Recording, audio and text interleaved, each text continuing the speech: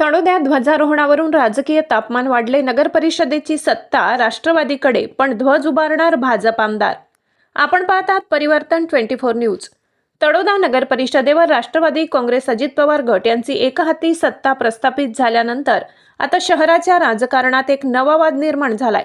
उद्या 26 जानेवारी प्रजासत्ताक दिनानिमित्त तळोदा शहरातील मुख्य रस्त्यावरील स्मारक चौकात होणाऱ्या ध्वजारोहणाचा मान भाजपाचे आमदार राजेश पाडवी यांना देण्यात आलाय. भाजप शहराध्यक्ष गौरव वाणी यांनी या कार्यक्रमाची पत्रिका छापून सोशल मीडियावर व्हायरल केली असून यानंतर राजकीय वर्तुळात मोठी खळबळ उडाली आहे. सत्ताधारी राष्ट्रवादी काँग्रेस अजित पवार गटातील नगरसेवक व कार्यकर्त्यांमध्ये संभ्रमाचे वातावरण निर्माण झाले आहे. मग उभा राहतो संविधानिक प्रश्न, ध्वजारोहणाचा अधिकार कोणाचा? कायद्याने आणि परंपरेनुसार नगर परिषदेच्या हद्दीत मुख्य चौक, स्मारक किंवा सार्वजनिक ठिकाणी होणाऱ्या अधिकृत ध्वजारोहण कार्यक्रमाचे आयोजन नगर परिषदेकडून केले जाते. नगराध्यक्ष हे लोकनियुक्त प्रमुख अधिकारी असल्याने त्यांनाच अधिकृत ध्वजारोहणाचा अधिकार असतो. खासदार, आमदार किंवा इतर राजकीय नेत्यांना ध्वजारोहणाचा मान फक्त नगर परिषदेच्या परवानगीनेच देता येतो.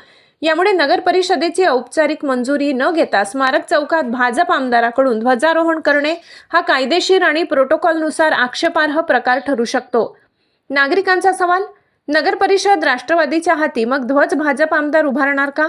राष्ट्रवादी अजित पवार गट यावर काय भूमिका घेणार? परिवर्तन न्यूजचा रोखठोक सवाल. नगर परिषद राष्ट्रवादीकडे, लोकनियुक्त नगराध्यक्ष देखील राष्ट्रवादीचे, मग शहराच्या मध्यवर्ती स्मारक चौकात ध्वजारोहण करण्याचा अधिकार कोणाला? हे संविधानिक शिष्टाचाराचे उल्लंघन नाही का? आणि स्थानिक स्वराज्य संस्थेच्या अधिकारावर गदा नाही का? राजेश पाडवी आमदार आहेत आणि आमदार हे लोकप्रतिनिधी, पण राजकीय हेतूने न होता लोकभावनेने ध्वजारोहण झाले पाहिजे.